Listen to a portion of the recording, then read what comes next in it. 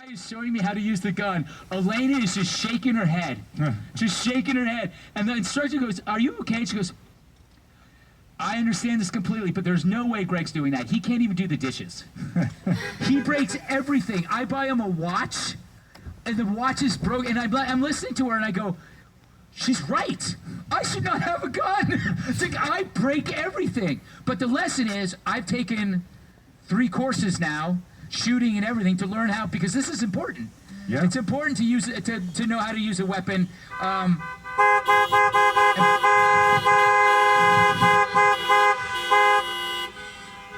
Lastly, all right. There's your book, Greg. I got some questions too. Okay. Do you want to do I want to ask you about the book first, and then the questions, or should we do the? I'll get the book out of the way. Yes. Tell me about the plus. How did you have an idea for this? It is essentially. Is it a self-help book? It is. Yeah. Okay. I'll be quick because I don't want to sell anything to you. Basically, I started out in self-help. I was a fitness editor for Prevention magazine. I don't know if you remember that. The editor was Mark Bricklin. His son's here, by the way. Woo! And then I became editor. He honked. And then I became editor of Men's Health. Woo!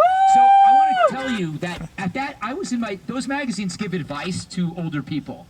So imagine this kind of predicament. I'm in my 20s giving health advice to people in their 60s and 70s. I smoke at the time I was smoking like a pack of cigarettes a day. I was working out, but I was smoking, I was drinking. Yeah. I'm not going to say I partook in illegal substances, but I'm not going to say I didn't. What I'm saying is that I was the worst person to give advice. Now, 30 years later, I'm on the other side, and we have to remember that older people have wisdom.